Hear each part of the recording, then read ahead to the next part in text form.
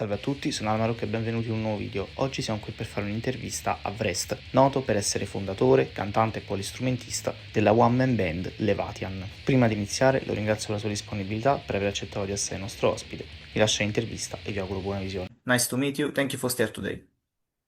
Hey, how are you? Why you started to do music, your influences and the born of Leviathan. I've been listening to metal and punk rock since I was 12, I guess. I just turned 58. I was in bands in high school. After high school, I was in like a kind of metal space rock funk band uh, with slap bass and all that in the 80s. And then in the 90s, I was kind of in an instrumental space rock band called Gift Horse. With Douglas Hillsinger and Dana Schechter. Dana is actually in Swans now and does a project called Insect Arc, which is pretty incredible. I'd always wanted to do things heavier. I'd always wanted to do things more crushing, I guess. And then when I found black metal in '96, a little late to the game,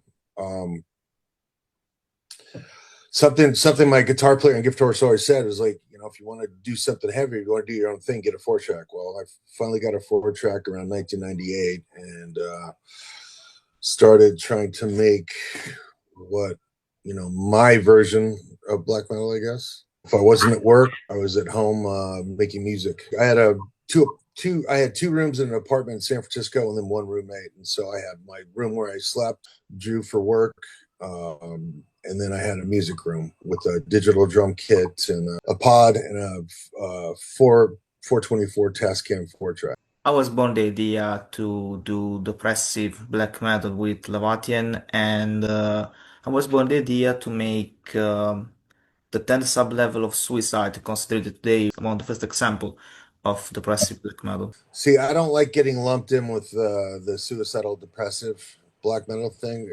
My first full length was called 10th Sub-Level of Suicide, but that was maybe me working through some of my own stuff and things that had been in my head for a long time. But getting the whole DSBM thing is goofy to me. That's a tagline that some writer made. Somebody who doesn't make music made that.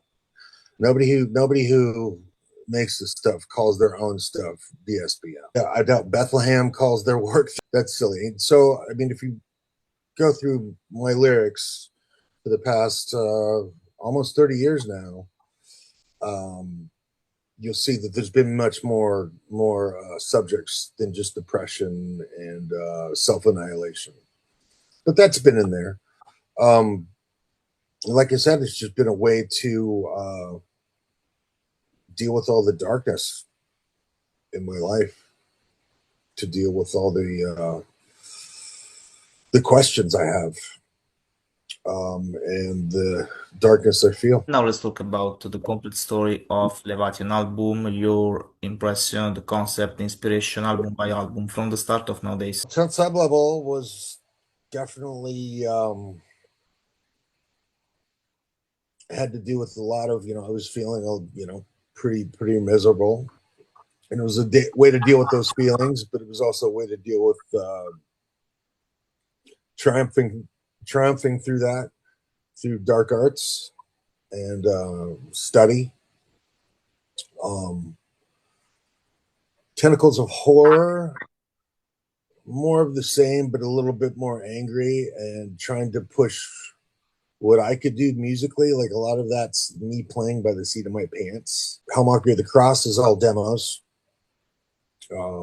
Just stuff from here and there that I wanted to see. The stuff that wasn't on Verator. Verator was the first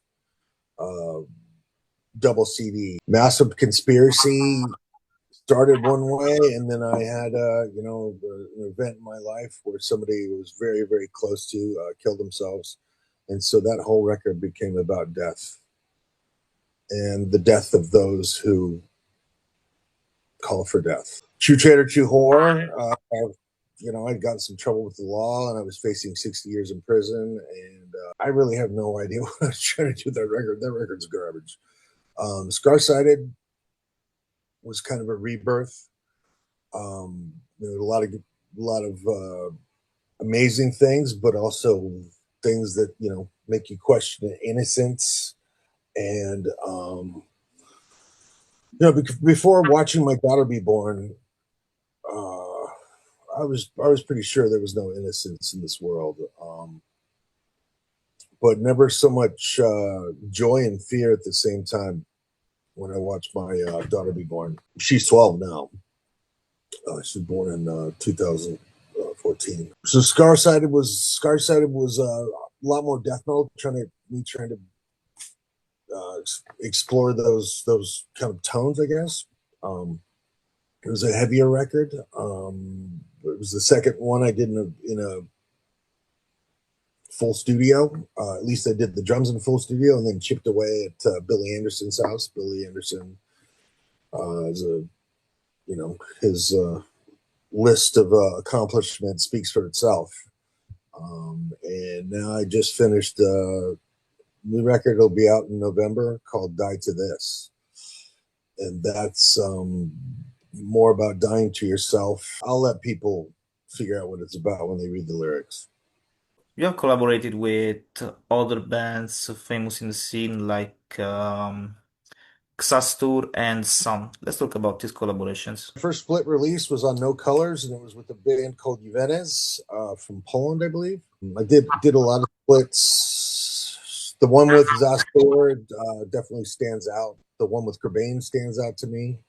The one with Black Death from St. Petersburg, Russia stands out to me. I like doing splits. I like the idea of splits because it gets people to find other music they wouldn't necessarily find. Yeah, that's about it. And then as far as Twilight, that was the guy from Knock Mystium's idea. I'm not in contact with him anymore. I'm still in contact with Neil from Krieg almost every day. I talk to Scott every once in a while. And I talked to Tim Lehi from Draugar. He's like one of my best friends. I talk to him all. And you have realized more artworks for other bands. For example, this famous the artwork you realized for Nails. What about the inspiration of the artworks and your inspiration in general?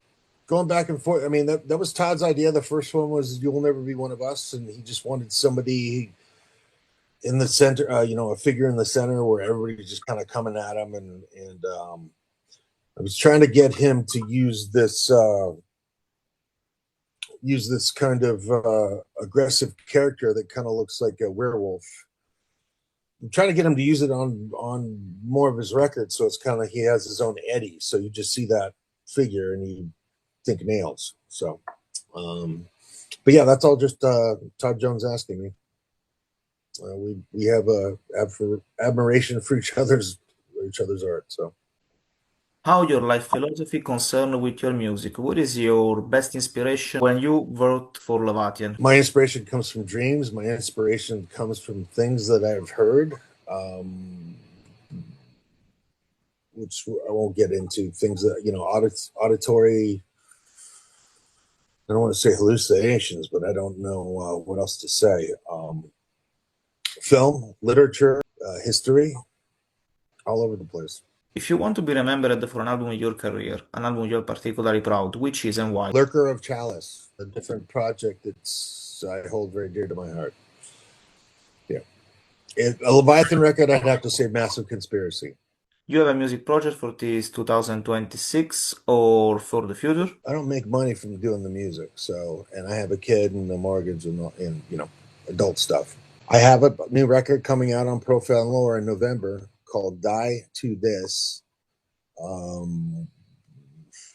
I started it in 2019 and I didn't work on it from 2020